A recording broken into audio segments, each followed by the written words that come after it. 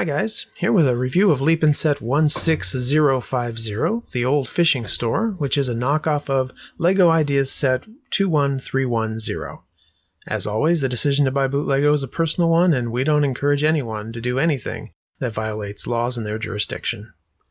This set is listed as having 2,109 pieces, or 60 more pieces than the LEGO set. This partly seems like the usual piece count bump that you see with Lepin because you have to do much of the minifigure assembly yourself. But I think there's another reason that I'll get into in a minute. I paid just under $72 shipped for this, which is less than half of the LEGO price, not including tax. Here's the manual, which is, of course, a rip-off of the LEGO manual. Interestingly, when this set arrived, there was a green sticker on the front of the manual covering the Lepin logo, like that. I think this was to hide the manufacturer from European customs, which has been known to confiscate Lepin sets as counterfeit goods, even though I'm in the United States. There was also an identical green sticker on the Lepin logo on the back of the manual. It's worth noting that, like some other Lepin manuals, the interior graphics can be kind of hard to differentiate between pieces that are light gray, medium gray, dark gray, that sort of thing. Inside the manual, you'll see that the project is divided up into 3 stages and 7 bags of pieces. In actuality, there were dozens of bags, but when I looked more closely, I saw that all of the bags were labeled with numbers 1 through 7, so it was actually very easy to sort. I will say that some of the pieces shown as being in the bag 1 batch were in the bag 2 batch, and vice versa, but I'm pretty sure all the other bag batches were fine. There were no missing or extra pieces in the main bags, which was nice, but the set included this unnumbered bag of extra pieces, which I'm guessing is included in the overall piece count and helps explain the increase over the LEGO set. Here are the stickers for this set.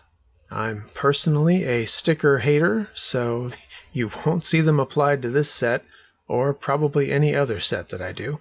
The quality is fine if you like stickers. However, I did want to point out one sticker in particular, the Fishtails newspaper with the headline, "Local Hero Catches Every Fulsh Ever." Oh, Lepin, you and your typos. On to the set. Here's a view from the front. It has such a great run-down look, and that's a credit to the original designer, RobenAnne, who has also submitted some other similarly themed sets to LEGO Ideas, though I don't think any of them have been approved yet. Same goes for the great color scheme. It has some great bits on the side, including the ship's wheel that actually spins, the telescope, the flag, and these bumpers, they're just tires looped on chain pieces, but they're great. Of course, the front door opens and closes, but it's pretty hard to gain access to the inside from here.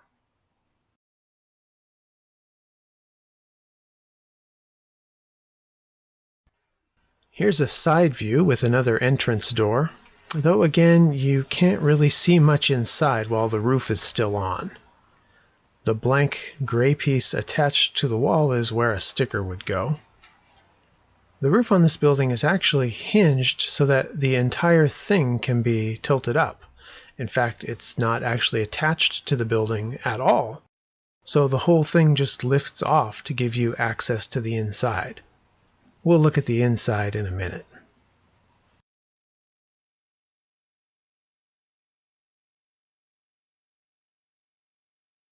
Here's a close-up shot of the roof, and you can see just how many printed pieces come with this set.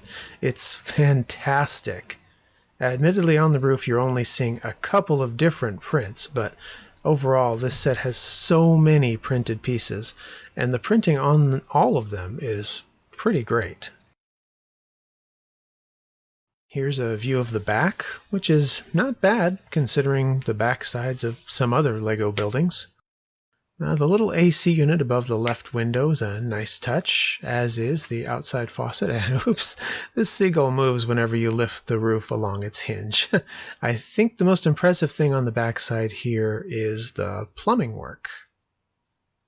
Here's a close-up, and once again, beautiful printed pieces.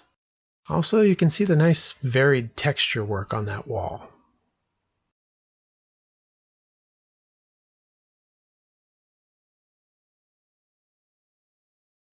Here's the other side, which isn't too bad despite the large area of empty base plate.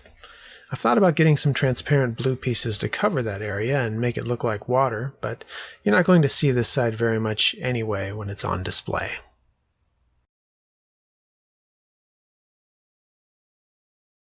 Now let's look at a few details. Above the front door, the overhanging roof piece is hinged, so you can adjust the angle to your liking. You can see there's a fish above the door that's actually pretty hard to see when the roof is down. And also the bait shop sign can be adjusted independently, which is great. Out in front of the store, you'll find crates full of fresh seafood, both fish and lobster. A really neat touch here is the transparent wedges in the bottoms of the crates that are meant to resemble ice. Once again, on the back side of the building, this is where you gain access to the inside of the store. The entire wall hinges out in two pieces, giving you full access. As you can see, the interior of this store is crowded with stuff, which looks great and is pretty authentic, although I think it would be pretty difficult to actually place minifigures in this tight, crowded area without removing some of the other stuff first. Still, there's so much gear, and it all makes sense to be in there. One of my favorite parts is this line of scuba gear along the rail. I've never seen actual scuba gear that looks anything like this, but still, it's a clever little build, and it's easy to tell what it's supposed to be.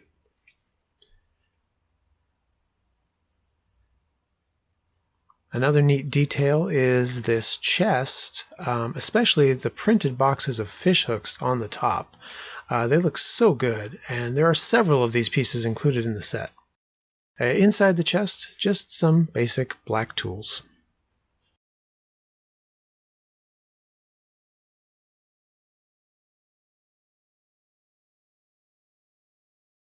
We've already seen inside the main building, now for the tower.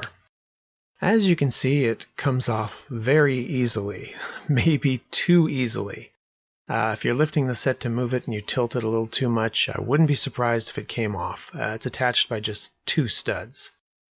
The bottom floor of the tower is an office.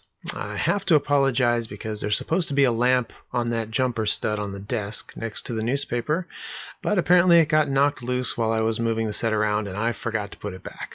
It's a green lamp, looks really cool. There's a pretty neat desk build in here that's really hard to see because it's such a tight, dark space. I do especially like the two-color checkerboard floor. I also want to show you a closer look at that newspaper printed piece that's on the desk there. The original one says the Lego News. This one is the Lepin News and says the greatest Lepin hero ever. I think Lepin deliberately puts typos in these just so they can say they're not copying Lego completely. On to the top floor of the tower, which is really just more like an attic. Just two studs holding on this roof as well. Not much to see inside here at all, except for the ladder leading down to the lower floor. Maybe just enough room to put a minifigure on that jumper stud if you wanted to. But there is one thing here I'd like to show you, because it's the one change I made from the build instructions. It's this telescope. In the instructions, the telescope is supposed to be attached to the jumper stud at the lower left corner of the balcony, a balcony that really looks too small for figures to use anyway. Unfortunately, my telescope refused to stay attached to that jumper stud, so I moved it to the window. Interestingly, the artwork on the packaging and instructions for both Lepin and Lego show that the telescope is supposed to be attached in front of the window, which is how I have it. And I do think it looks a little better like this.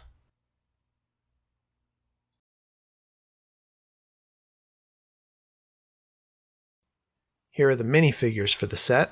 We'll take a closer look at each one, but all in all, some really neat printed details on these figures. The captain, shop owner, whatever he is, he has a beautiful cable knit sweater print on both the front and back of his torso. His hat is dual molded, and unfortunately there's a little bit of bleed between the two halves, although it's pretty hard to see at normal scale. The fisherman has great printing and dual molded legs that look like boots. The printing doesn't quite extend to the bottom of his torso, leaving a thin strip of gray between the top and bottom of his waders, but otherwise very nice printing. The angler woman also has dual molded legs and some great printing on her vest. Mine has a mark next to her mouth that looks like a beauty mark. Although I don't think it's supposed to be there, it actually looks fine.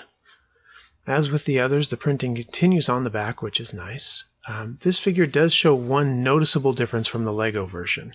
The arms in the Lego version are dual molded, whereas here, the white of the sleeves is just painted on. Looks okay, probably not quite as good. Hoodie Boy has some wonderful printing on his hoodie and shirt, and that also extends to the back of the figure. One thing to mention, none of these figures have alternate faces. Really, the angler woman is the only one that could have one, since she's the only one with a hairpiece, but even she doesn't have one. Not that it's any big deal.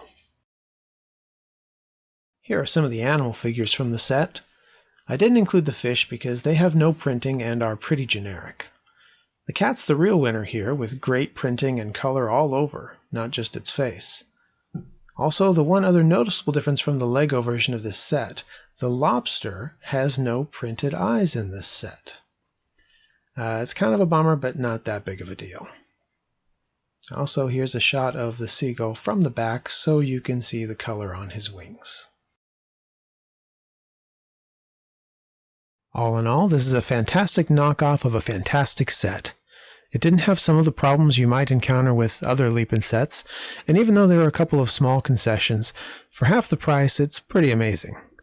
We plan on having many more Lepin reviews to come, so keep checking back. We'll see you soon.